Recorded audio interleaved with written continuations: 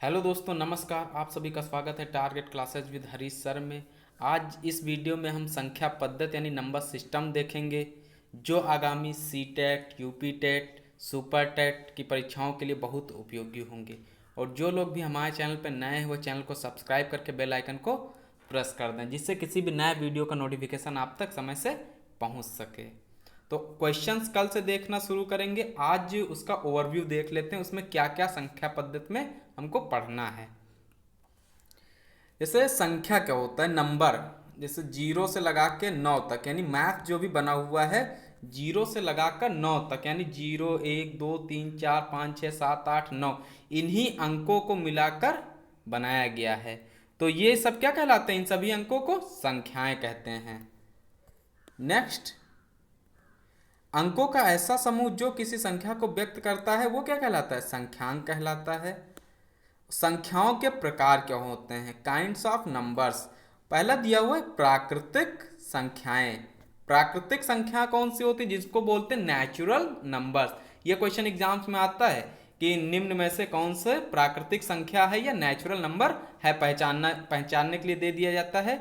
1 2 3 यानी प्राकृतिक संख्याएं वे संख्याएं होती हैं जो एक से शुरू हो जाती हैं और जिनको गिना जा सकता है, यानी कि जिनकी गिनती की जा सकती है, वो क्या कहलाते हैं? प्राकृतिक संख्याएं कहलाती हैं। इनकी शुरुआत होती है एक से। 1 2 3 4 5 6 7 8 9 10 11 12, इस तरीके से ये प्राकृतिक संख्याएं कहलाती हैं। यानी वो संख्याएं जो गिनी जा सकती हैं वो प्राकृतिक संख्याएं या नेचुरल नंबर्स कहलाते हैं। नेक्स्ट है सम संख्याएं। इसको इंग्लिश में बोलते हैं इवन नंबर्स। इवन नंबर्स क्या होते हैं? वे संख्याएं जो दो से पूरी पूरी विभाजित हो जाती हैं, यानी which number are divisible by 2 are called even numbers. यानी इवन नंबर्स क्या होते हैं? जिनके लास्ट में 0 2 4 6 8 इस तरीके से दिए हो तो वो क्या कहलाते हैं? सम संख्याएं कहलाती हैं। ये पहचानने के लिए एग्जाम में आता है। जैसे कोई संख्या लिख देगी 2 4 0 8 9 0 1 8 7 0, ये दो संख्याएं हैं। यहाँ पे 0 को 8 कर देते हैं, ये 8 है। तो ये बताना है 2 4 0 8 9 0 यानी 24 0 890 क्या ये 2 से विभाजित है या नहीं। तो उसमें सम संख्या पहचानने के लिए हमको नियम पता होना चाहिए कि जिनके लास्ट में इकाई के स्थान पे 0 2 4 6 8 आता, वो कैसी संख्या होती? सम संख्याएं होती, यानी वो 2 से विभाज्य होंगी। और ये कैसी संख्या? 1 8 7 8, ये भी सम संख्या है क्योंकि लास्ट में क्या दिया हुआ है? 8 दिया हुआ है। तो ये सम संख्या कौन सी होती है, उसको कैसे पहचाना जाता है, ये आप लोग समझ गए। दूसरा है विषम संख्याएं, यानी ऐसी प्राकृतिक संख्याएं जो 2 से पूरी पूरी विभाजित नहीं होती हैं, यानी उसमें शेष बचता हो, वो विषम संख्याएं या ऑड नंबर्स कहलाती हैं।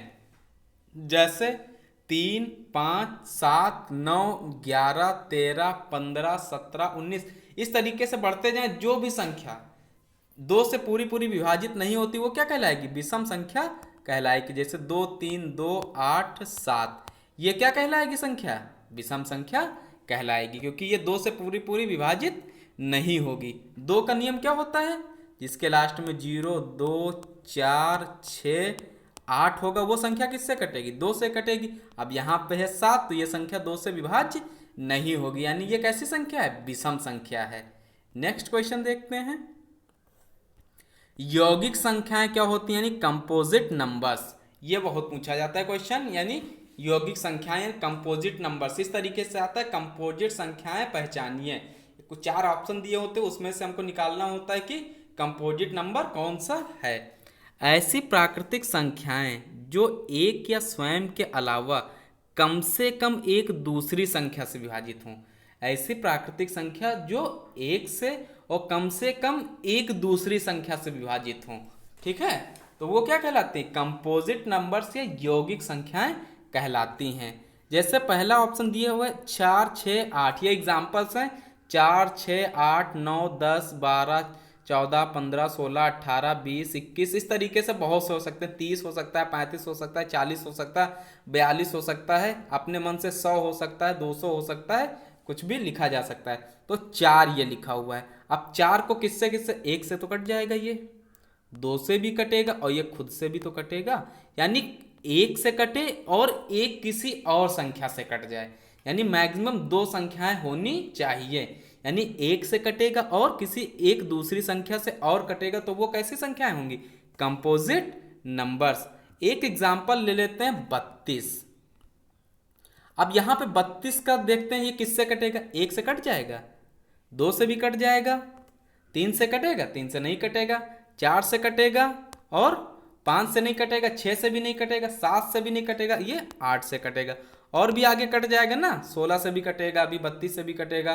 तो अब हमको यहाँ पे पहचानना है केवल, तो हमको पूरे की जरूरत नहीं है। तो हमने यहाँ देखो 1 से कट गया, एक संख्या हमको 2 मिल गई, एक ज्यादा देख लेते हैं अगली 4, यानी 2 1 से कट गया, कम से कम एक संख्या दूसरी मिल जाए तो वो क्या होगा, ये कंपोजिट नंबर है या नहीं है, तो ये कंपोजिट नंबर है। बस हमको ये देखना था। अब ये कोई जरूरी नहीं कि ये सर ने ये नहीं बताया 16 से कटना चाहिए, 16 से भी कटेगा, लेकिन हमको कंपोजिट नंबर पहचानना है, तो उसके लिए केवल एक देखना है, एक संख्या और देख लेनी है, बस अगर कट जाता है तो तुरंत टिक कर देंगे कि ये कंपोजिट नंबर है। अगर दे दिया जाए 2 है या नहीं, तब 2 तो केवल 1 से कटेगा ना, तो 2 कैसी है, ये कंपोजिट नंबर नहीं होगा, ये स्वयं से कटेगा।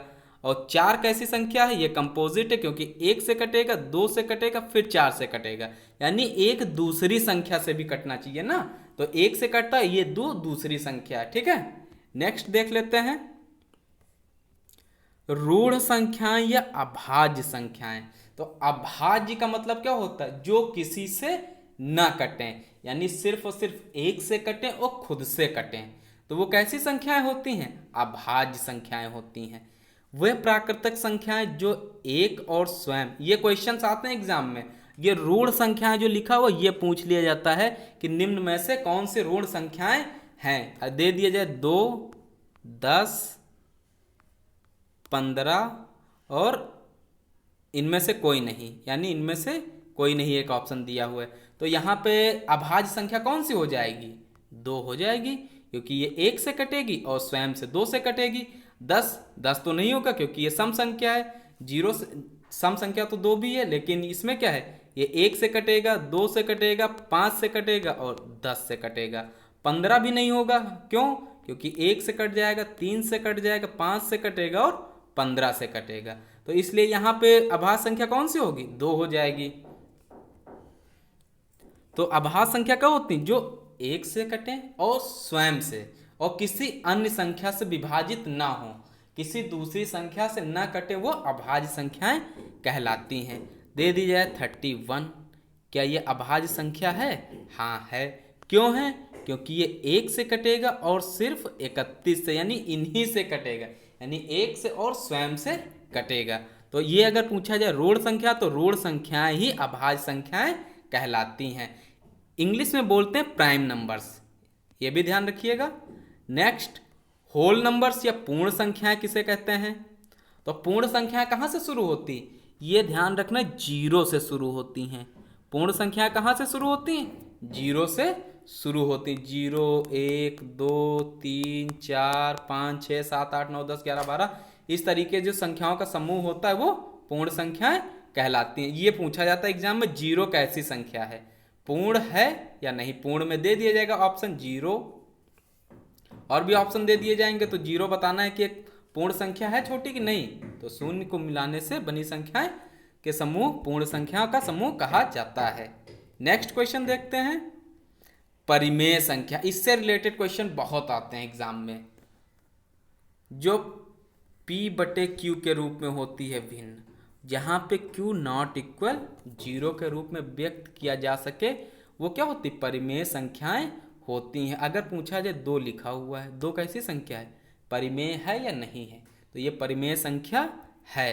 क्यों है, क्योंकि 2 के नीचे 1 लिख सकते हैं, तो ये परिमेय हो जाएगी। एग्जाम्पल में भी दिया हुआ है, 3 दिया है, फिर 3/2 दिया है, तो ये सब क्या है, 1/4 1/8 1/20 या 2/10, ये सब क्या हो जाएंगी, परिमेय संख्याएं हो जाएंगी, यानी जो P/Q के रूप में लिखी होती हैं वो परिमेय संख्याएं कहलाती हैं।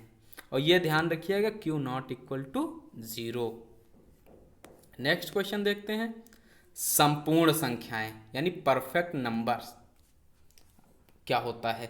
जिन संख्याओं के सभी गुणनखंडों का योग, यानी कोई संख्या लिखी हुई है उसके गुणनखंडों का योग संख्या का दुगना हो, यानी गुणनखंडों का योग कर दिया जाए और वो संख्या का क्या हो, जो योग आए वो संख्या का दोगुना हो, तो वो क्या कहलाएगा? परफेक्ट नंबर कहलाएगा। अगर इस तरीके से एग्जाम्पल दे दिए जाए वहाँ पे 1 + 2 + 3 + 6, अब इसमें कैसे पहचानेंगे परफेक्ट नंबर है या नहीं है? ये लिखा ऊपर 6, ये पहचानना है कि परफेक्ट है या नहीं है। 6 3 9, 9 2 11, 11 1 12। अब इसको दोगुना कर दो 6 को 2 से, 6 दूनी 12, यानी ये क्या है? परफेक्ट नंबर है। इसी तरीके से 28 का 2 और 1 3, 3 4 7, 7 4 11, और 11 में 14 को प्लस कर दो, फिर 28 को प्लस कर दो, तो ये कितना बनेगा जाके? 56 बनेगा। तो 56 ऊपर क्या लिखा था? 28 को पूछा गया था कि 28 परफेक्ट नंबर है या नहीं है, तो 28 को 2 से गुणा कर दो, यानी दुगुना किया जाता है। 28 दूना 56, तो ये भी क्या है? परफेक्ट नंबर है। नेक्स्ट क्वेश्चन देखते हैं। एक वास्तविक संख्या का निरपेक्ष मान। निरपेक्ष मान समझने का सबसे आसान तरीका होता है, जिसकी पहचान ये होती है, दो इस तरीके से लाइंस बनी होती निरपेक्ष मान की। इसके अंदर अगर लिखा हुआ -3, इसका निरपेक्ष मान निकालेंगे तो आंसर आएगा 3, यानी अंदर जो भी माइनस की वैल्यू होगी वो बाहर आके प्लस की हो जाएगी। ठीक है, अगर दे दिया जाए 5 तो इसका आंसर आएगा 5, यानी पॉजिटिव में आंसर इसका आता है। ये भी इंपॉर्टेंट है, ये पूछ लिया जाता है क्वेश्चन 21। निरपेक्ष मान ये इस तरीके से केवल लाइन बनी होगी तो इसमें बताना होगा क्या कितना आंसर आएगा, 21 आंसर आ जाएगा। ये निरपेक्ष मान को प्रदर्शित करता है। ठीक है, नेक्स्ट क्वेश्चन। अभी हमने पढ़ा ऊपर परिमेय संख्याएं जो होती है P/Q के रूप में, जैसे 22/7। ये क्या है, परिमेय या अपरिमेय, ये बताना है। तो ये कौन सी संख्या होगी? ये हो जाएगी परिमेय संख्या। अगर यहीं पे दे दिया जाए पाई, तो पाई कैसी संख्या हो जाएगी? वो होगी अपरिमेय संख्या। बहुत क्वेश्चन पूछा जाता है पाई कैसी संख्या है, और 22/7 दे दिया जाए तब ये हो जाएगी परिमेय संख्या, क्योंकि ये अंश और हर के रूप में लिखी हुई है। ठीक है, और पाई क्या होगी? अपरिमेय संख्या। तो ये देख लेते हैं, जिन संख्याओं में P/Q के रूप में व्यक्त नहीं किया जा सके, यानी वे संख्याएं जो P/Q के रूप में व्यक्त नहीं की जा सकती हैं वे अपरिमेय संख्याएं कहलाती हैं। जैसे √2, √2 लिखा हुआ है, √3 लिखा हुआ है, या 1/√2 लिखा हुआ है, तो ये सब क्या हो जाएंगी? ये अपरिमेय संख्याएं होंगी। अपरिमेय संख्याओं को ये दशमलव में बदल दिया जाए तो ये ना तो रिकरिंग के रूप में आती हैं, ना ही इनका कोई निश्चित अंत होता है। तो ये ध्यान रखिएगा, पाई क्या है? अपरिमेय संख्या। पाई इसका एग्जाम्पल हो जाएगा, एक इंपॉर्टेंट है पाई अपरिमेय संख्या। अगर कर दें पाई -e, जब कल क्वेश्चन कराएंगे तो वहां पे आपको क्वेश्चन बहुत से मिलेंगे, पाई -e, तो ये क्या होगा? ये भी क्या होगी? अपरिमेय संख्या होगी। अगर दे दिए जाए 22/7 यानी 22/7, ये कैसी संख्या होगी? ये परिमेय संख्या होगी। अगर दे दिया जाए 3/5, ये कैसी संख्या होगी? ये भी परिमेय संख्या होगी। सबसे इंपॉर्टेंट है पाई और पाई -e, ये दोनों ध्यान रखिएगा, ये अपरिमेय संख्याएं होती हैं। नेक्स्ट देख लेते हैं, वास्तविक संख्याएं यानी रियल नंबर्स क्या होती हैं। रियल नंबर्स वे होते हैं जिसमें सभी परिमेय अपरिमेय सब आ जाते हैं, वो रियल नंबर्स कहलाते हैं। दो इंपॉर्टेंट पॉइंट इसके हैं, दो वास्तविक संख्याओं के बीच अनेक परिमेय एवं अपरिमेय संख्याएं होती हैं, यानी दो वास्तविक संख्याओं के बीच में कई परिमेय एवं अपरिमेय संख्याएं होती हैं। ये क्वेश्चन पूछ लिया जाता है। एक परिमेय एवं एक अपरिमेय संख्या का जोड़ घटाव, यानी जोड़ना घटाना गुणा और भाग सभी से हमें अपरिमेय संख्या मिलती है। जैसे √2 में से 1 अगर माइनस करने को बोला जाए तो ये क्या मिलेगा? हमेशा अपरिमेय संख्या मिलेगी। अगर दो रियल नंबर्स ऐसे ही लिखे हुए 4 - 2 अगर घटा दिया जाए तो ये क्या हो जाएगा? 2, ये हो जाएगा परिमेय। ठीक, और जो यहाँ पे है जोड़ना घटाना, एक परिमेय हो एक अपरिमेय हो, ये हमने कर दिया। ये अपरिमेय संख्या ले लिए, भाग कर देते हैं 5 से, तो ये क्या हुआ, ऊपर अपरिमेय नीचे परिमेय, तो ये क्या हो गया, ये क्या बनेगा जाके, अपरिमेय संख्या बनेगी। ये अपरिमेय संख्या टोटल हो गई 2√2/5, ये अपरिमेय संख्या हो जाएगी। ठीक है, तो इसमें जो वास्तविक संख्या रियल नंबर्स कौन कौन से होते हैं, जो -1 -4 3 रूट को प्रदर्शित करें, ये सब क्या होते हैं, रियल नंबर्स होते हैं। ये भी पूछे जाते हैं रियल नंबर्स कौन सा है, एग्जाम्पल दे दिए जाते हैं। नेक्स्ट को देखते हैं, जुड़वा अभाज्य संख्याएं, ट्विंस परिमेय यानी प्राइम नंबर्स। ये वे संख्याएं होती हैं जिनके बीच में अंतर कितना हो, 2 का हो। तो एग्जाम्पल में भी दिया हुआ है, उनको ही जुड़वा अभाज्य संख्याएं बोलते हैं। अभाज्य संख्या अभी हमने बताया जो 1 से कटें और स्वयं से कटें, यानी स्वयं से कटें और 1 से कटें, वो अभाज्य कहलाती हैं। और जुड़वा अभाज्य में डिफरेंस होगा 2 का। एक एग्जाम्पल के थ्रू आपको बताते हैं। एक दे दिया गया 5,7, एक दे दिया 11,14 यानी 11 14, एक दे दिया गया 16,20, एक दे दिया गया 25,35। अब इसमें से आपको बताना है कि जुड़वा अभाज्य संख्या कौन सी है। तो ये 4 ऑप्शन हैं ABCD करके, तो यहाँ पे कौन सा ऑप्शन सही हो जाएगा, ए ऑप्शन सही हो जाएगा। क्यों सही होगा, क्योंकि इसके बीच का अंतर कितना है, 2 है। यानी जुड़वा अभाज्य संख्याओं की पहचान क्या होती, कोई भी संख्याएं लिखी हो उनके बीच का अंतर कितना होना चाहिए, 2 होना चाहिए। जैसे हमने लिख दिया 111, 113, तो ये क्या होगा, जुड़वा अभाज्य संख्या होगी। यही दे दिया जाए, ठीक। अब 2358 और दूसरा दे दिया 2360, इसके बीच का डिफरेंस कितना है, 2 का है। तो वहाँ पे थोड़ा बड़ा ही पूछा जाएगा, इस तरीके से दे दिया जाएगा, तब पहचानना होगा कि जुड़वा अभाज्य संख्या क्या है। तो जुड़वा अभाज्य संख्या की पहचान होती है 2 संख्याएं दी हो, उनके बीच का जो अंतर हो 2 दिया हो, तब वो जुड़वा अभाज्य संख्याएं कहलाती हैं। नेक्स्ट देखते हैं, पूर्णांक संख्याएं क्या होती हैं। ऋणात्मक संख्याएं शून्य और प्रकृत संख्याओं के समूह को पूर्णांक संख्याएं कहते हैं। इसमें आती हैं -3 -2 -1 0 1 2 3, जो संख्या रेखा पर दर्शाते हैं इस तरीके से। इस साइड की सारी संख्याएं कैसी होती हैं, पॉजिटिव होती हैं, और इधर जितना भी चलते हैं वो सब किस में होता है, नेगेटिव होता है। यहाँ पे बीच में 0 होता है, इधर +1 +2 +3, इसी तरीके से -1 -2 -3, ये सब क्या कहलाएंगे, पूर्णांक संख्या यानी इंटीजर्स।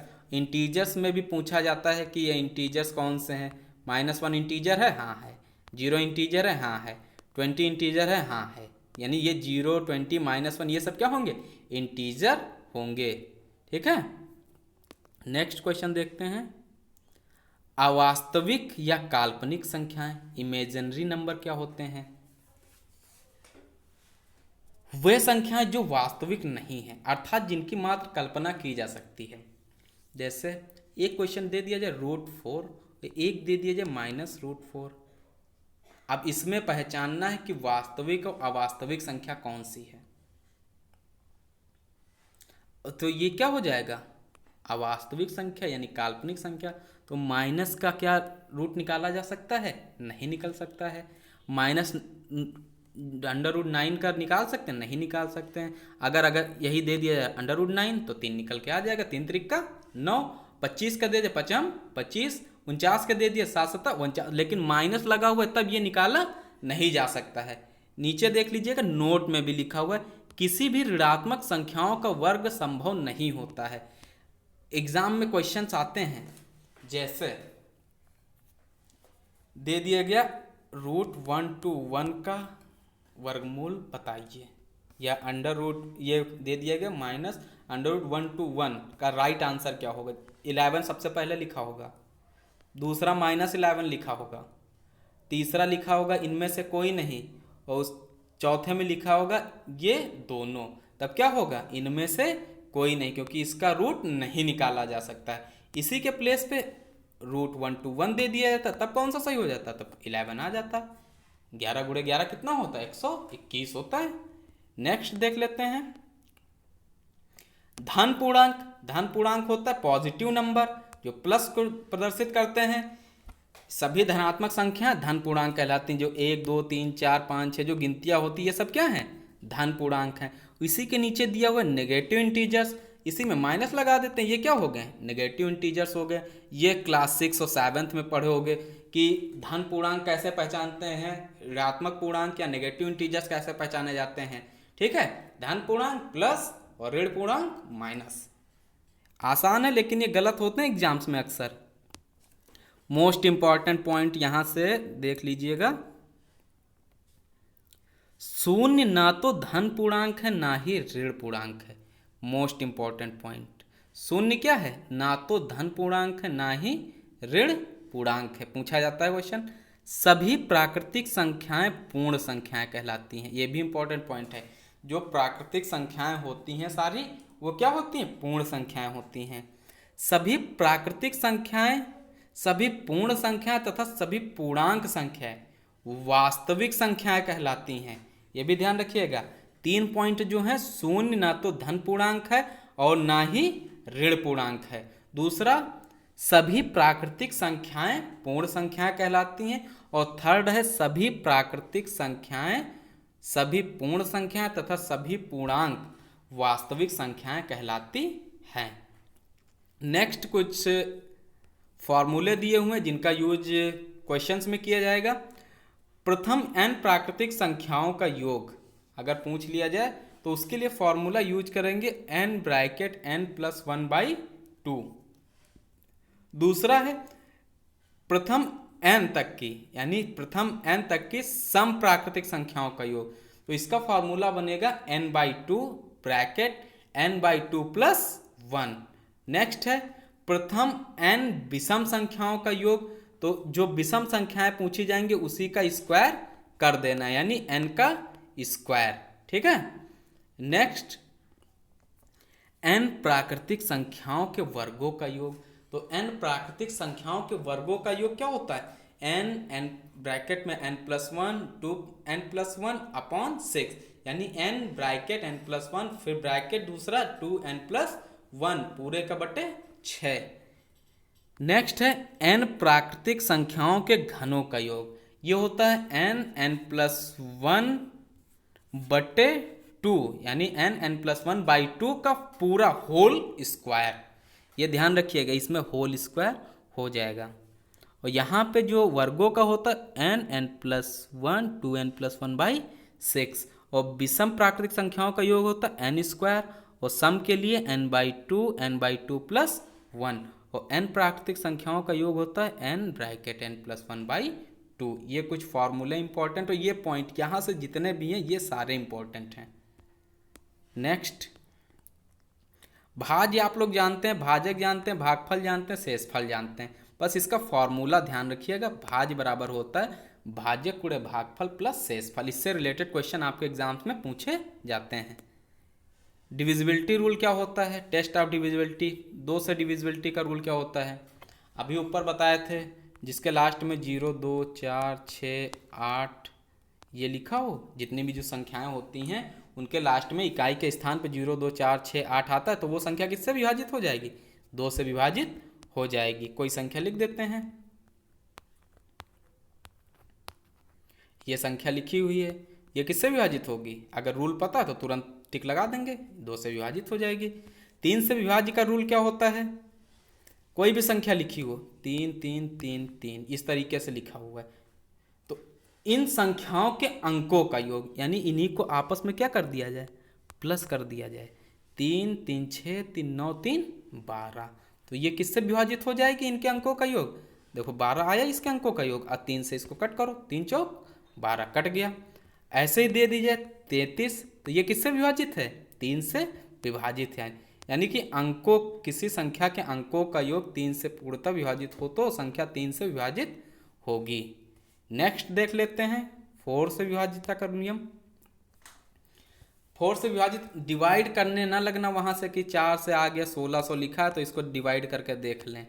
कुछ चीज़ें आप लोग को पढ़नी पड़ेंगी, ये ध्यान रखना पड़ेगा, ये बेसिक चीज़ें हैं। अभी तो 4 से विभाजितता का नियम क्या होता है, कोई संख्या लिखी हुई है, जैसे लिखा हुआ 648, ये हमने लिख दिया। ये होता है इकाई, ये होता है दहाई, ये होता है सैकड़ा। तो 4 से विभाजिता के नियम में सिर्फ और सिर्फ हमको इकाई और दहाई का स्थान देखना है। ठीक, इकाई और दहाई का स्थान देखना। अगर इकाई और दहाई के स्थान पर ऐसी संख्याएं लिखी हैं जो 4 से पूरा पूरा कट रही हों, एक बार इसको डेफिनेशन समझ लें। किसी संख्या के अंत में 2 शून्य हो या अंतिम 2 अंक 4 से विभाजित हों, तो 4 से क्या होता है, पूर्णतः विभाजित होता है। देखो यहाँ पे हमने 1600 लिखा, अगर लास्ट में 2 जीरो मिल जाए, या फिर ये हमने लिख दिया 184900, तो देखो इकाई और दहाई के स्थान पे 2 जीरो मिल गए, तो ये 4 से विभाजित हो जाएगा। अब इसको वहाँ पे डिवाइड नहीं करना है, आधा पन्ना हमारा डिवाइड करने में ही चला जाए, ये नियम पता होने चाहिए। अब यहाँ पे क्या, इकाई दहाई के स्थान पे 0 है, तुरंत कट कर दिए, ये विभाजित हो गया 4 से। 16 और 16 दिया हो, इकाई और दहाई के स्थान पे देखो ऐसी संख्या जो 4 से कट जाती है, तुरंत कर दिए इसको टिक कि 16 16 किससे विभाजित होगी, 4 से। 648 लिखा है, 4 8, देखो तुरंत ये 4 से कट गया, तो इसको टिक कर दिए, 648 4 से विभाजित होगा। 600 देखो इकाई दहाई के स्थान पे क्या दिया हुआ है, 0, 4 से कटेगा। 32 यहाँ पे 8 5 3 2 लिखा है, तो 32 4 8 32।